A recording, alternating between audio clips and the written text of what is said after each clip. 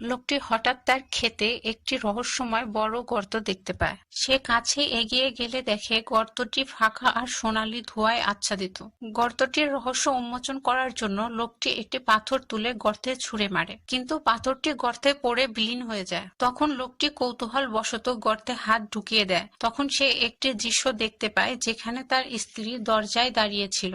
লোকটি আগে বাড়তে থাকলে সে একটি আলোর ঝলক দেখতে পায়, তাই ভয়ে সে তার হাত তুলে নেয় আর গর্ত থেকে সরে যায়। গর্তে হাত দেওয়ার কারণে তার হাত কালো হয়ে যায়, তবে কিছুক্ষণ পর তা আবার ঠিক হয়ে যায়। সে যখন ঘরে ফেরে তখন সে গর্তে হাত দিয়ে যে দৃশ্য দেখেছিল সেটাই তার সাথে ঘটে, অর্থাৎ গর্তে হাত দেওয়ার কারণে সে তার ভবিষ্যৎ দেখেছিল। পরের দিন লোকটি আবার গর্তের কাছে ফিরে আসে।